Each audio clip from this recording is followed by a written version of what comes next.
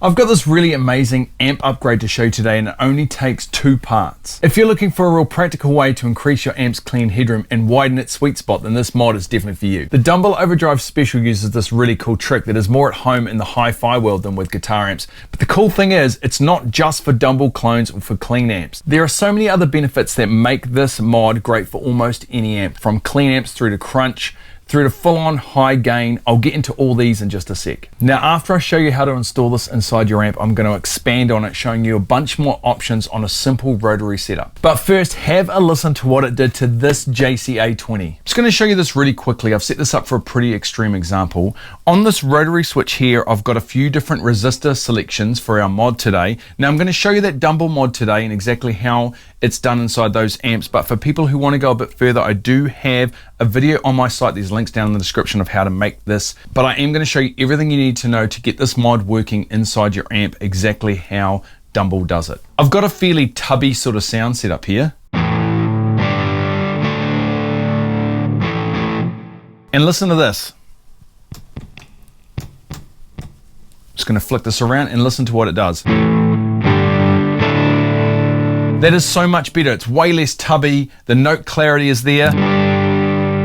And the overall amp just feels a lot nicer to play through. So what we're looking at today is called local negative feedback. Now, you've probably heard of global negative feedback. Well, local negative feedback is more focused around a particular stage. In a lot of ways, it's kind of like installing a smart limiter inside your amp that reacts musically. I really wanted to understand how this works because at first glance, it just looks like it's turning down the gain or trimming that stage, but that's not the case. This upgrade brings a ton of tone and feel benefits as well, like a smoother breakup, better note clarity, and way more dynamic touch sensitivity. I even added this mod inside my own Atom amp. Now, this is the amp I designed back in 2017, and I use it pretty much every single day in the workshop. I was already extremely happy with this amp, but this mod actually opened it up in a way that really surprised me. Actually, I was pretty blown away, to be honest. Now, for high gain players, this mod does something that's really smart. It conditions the sound before it gets slammed by those later gain stages. This means fewer harsh harmonics building up, less fizz, and a tighter bass response, all without losing aggression. It is absolutely not the same as turning the gain control down. It shapes the sound directly at the source, so the whole amp behaves better when it's pushed. Now, if you're a little bit more curious about this mod and you want to dig a bit deeper, I've listed a lot of my research notes about the benefits of this down in the description, so go and check that out. Okay, so here's the schematic for this Jet City that I'm going to be working on today. Now, I think for the best results, you want to put this mod on the second gain stage inside your amp. So this is going to be most likely on V1. If I look through here, here's my first gain stage. And then it comes out of here into the preamp gain control. And this is the second gain stage. So I'm going to be putting it from pin 1 to pin 2. You might end up putting it from pin 6 to pin 7. So we're going to be going from pin 1, the plate, through a 47 nanofarad capacitor in series with a 20 meg resistor, joining down to pin 2 here, the grid. And that is it. That is all we're doing on the second gain stage. So let's install it into the amp. Okay, so here is the circuit board, and here is our valve preamp tube that's soldered through. Now, when you count the pins, you just count clockwise when you're looking from the underside. So we've got pin 1, 2, 3, 4, 5, 6, 7, 8, 9, going that way around. Super easy. And here's pins 1 and 2 here. These are our pins that I need to put that mod in between. Now, remember, when you're working on amps, we're going to be working around dangerous voltage, so make sure you check that other video out of mine that shows you how to work on amps safely and how to drain those capacitors so there's no dangerous voltage sort of lurking around that can injure you or worse. I just want to show you how I've wired up these two 10 meg resistors in series. These are 1/4 watt resistors. So I'm going to heat shrink this up, put a small piece along those wires, and then heat shrink it up as one package. You'll see when it's installed inside this amp. Right, so now it's all installed. You can sort of see my little resistor package here. That's those two 10 meg resistors in series, creating a 20 meg resistor essentially. That's going from the grid. I don't want that on the plate side. I prefer that to not have high voltage going through it. And then that joins the capacitor. This is the 47 nanofarad 600 volt capacitor. And the other side goes to the plate, which is pin 1. So pin 1, pin 2. Remember, your amp second stage might be pin 6 and 7. Just check your schematic. You can get them for free. They're ever online, unless you've got some sort of weird, exotic, boutique beast that has no schematic available. I'm going to install that rotary switch now with a few different selections just so you can hear how extreme we can go with this. Now this particular setup, the one that Dumble uses with the 20 meg resistor, or 22 meg resistor, but you know, 20 meg means it's going to be slightly more extreme or slightly more noticeable than Dumble's version. You'll find when you lower this value of this resistor here, it makes the effect stronger and stronger. So that's what I'm going to show you with that rotary switch. It definitely makes a big difference having all those extra options in there. I just want to run through a couple of these settings on this Jet City. So I've kept that tubby sound from earlier. And when I do that first click around, this is the mod that I've shown you today with that 20 meg resistor and 47 nanofarad capacitor.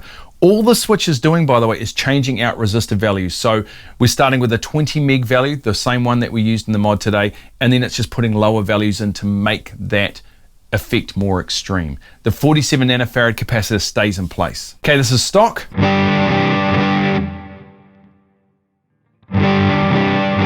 Now that is pretty subtle, but I can definitely feel that in the room. Let's keep moving around. Bit more extreme. That feels a lot better straight away, that setting there particularly.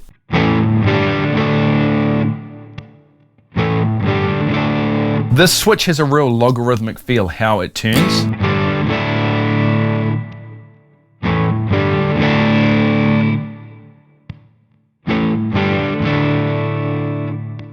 That's the last setting. It's almost completely clean. Almost can't even get it to break up now. But the thing is with this mod is you can feel it limiting. That's the thing you can't feel over YouTube here, is I can actually feel it sort of limiting the sound. The harder I dig in, the more I can feel this mod working. It's quite extreme there for me. The thing I really like about this is that it sets up the gain structure inside your amp so you get the biggest sweet spot. Let me show you what I mean. So if I turn it off, and I move through this control,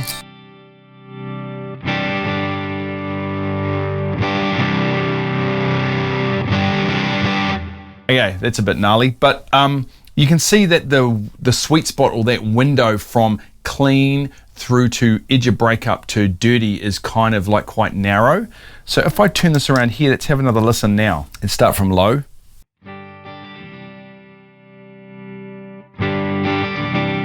See how it just starts just easing in?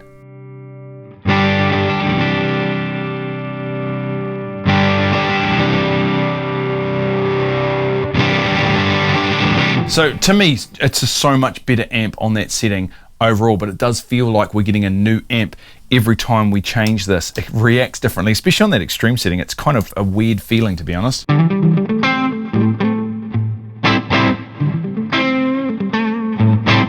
You can really feel that sort of limiting aspect of it on those more extreme settings. I know some people are asking, well, why don't we just swap out some tubes? Now that essentially does the same thing as just changing the gain between those stages or turning down the gain control.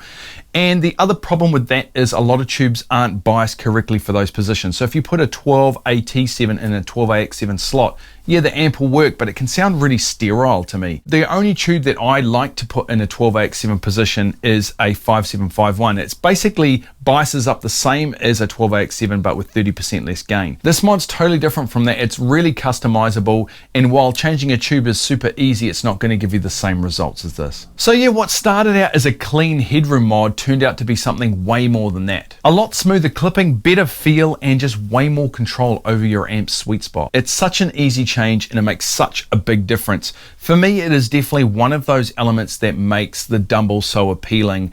This small change would be part of why those amps feel so good. Give it a go and let me know if it worked out on your amp. And if you want to dive a little deeper, check the description. There's a whole bunch of extra info and links in there. Thanks for watching, and we'll catch you in the next video.